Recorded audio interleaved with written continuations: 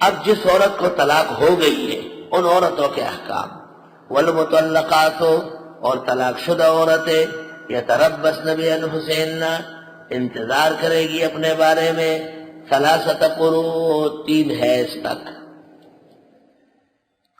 مرد کو کہا تو 4 مہینے تک انتظار کر، عورت کو کہا تو 3 مہینے انتظار کر۔ کیا مطلب؟ کہ 3 ماہواریاں گزرنے کے بعد جس عورت کو خاوند طلاق دے چکا ہے، طلاق رجی ہو، بائن ہو، مغلظہ ہو، 3 ماہواری گزرنے کے بعد خاوند کا حق کی رجوع ختم ہو چکا ہے۔ 1 طلاق، 2 طلاق عدت کے اندر اندر رجی ہے، اور عدت کے 3 ماہواری مکمل ہونے کے بعد وہ بائن ہو گئی۔ اب خاتون کی اجازت کے بغیر، نئے نکاح کے بغیر، صرف رجوع سے، اور رجوع ثابت نہیں ہو۔ طلاق شدہ عورتیں انتظار کرے گی اپنے بارے میں 3 ماہواری تک، کیونکہ طلاق دی تھی طہر میں، سنت طریقہ ہے، پاکی کے ایام میں، 1 ماہواری، 2 ماہواری، 3 ماہواری گزر گئی، اس نے کوئی رجوع نہیں کیا، نہ قول سے نہ فعل سے، اب بائنہ ہو گئی، قطع نظر اس کے کہ طلاق 1 ہو یا 2۔ اور اگر طلاق 1، 2 نہیں 3 ہے تو اسی وقت سے مغلظہ ہو گئی، خاوند کے قبضے کنٹرول سے نکل چکی ہے۔ البتہ دوسرے نکاح کے لیے 3 ماہواری پوری ہونا ضروری ہے، کسی اور سے نکاح کرنے کے لیے۔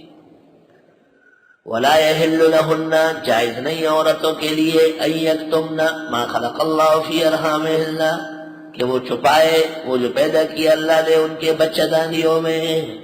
اگر طلاق دینے والے کی عورت طلاقی سے حاملہ ہے، طلاق دینے والے سے عورت حاملہ ہے، اب حاملہ جب تک حمل میں ہے عدت رہے گی، دوسرا نکاح نہیں کر سکے گی۔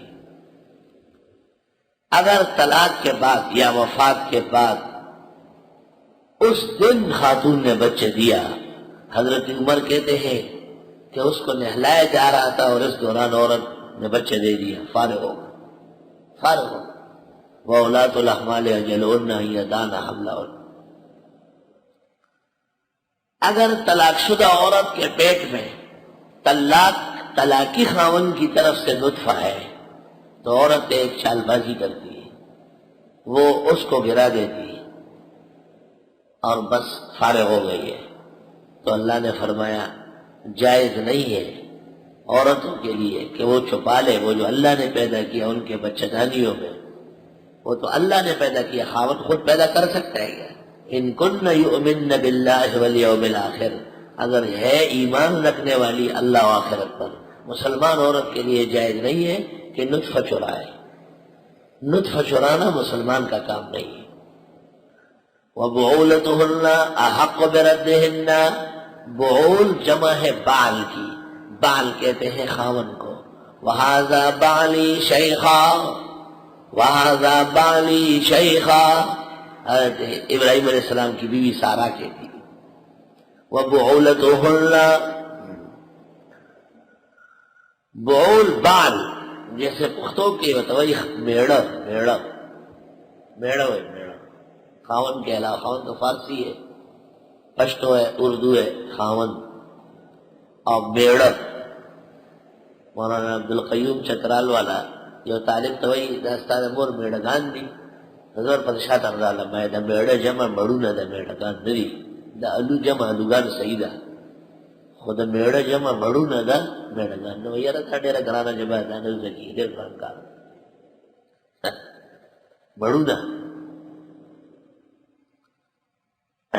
وَبُعُولَتُهُنَّ، اور خاوند ان عورتوں کے، احق بردہن، حق رکھتے ہیں عورتوں کے لٹانے کے، فی ذالک، اس درمیان میں، اگر طلاق 1 یا 2 دی ہے، ان ارادوا اصلاحا، جب وہ چاہے آپس میں ملنا، وَلَهُنَّ، عورتوں کے بھی، مثل الذی، مانند اس کے، علیہن، جو ان پر ہے، حقوق دستور کے مطابق، بالمعروف، عورتوں کا بھی حق ہے، یہ نہیں کہ ہر عورت سے ہر وقت مل سکتے ہو،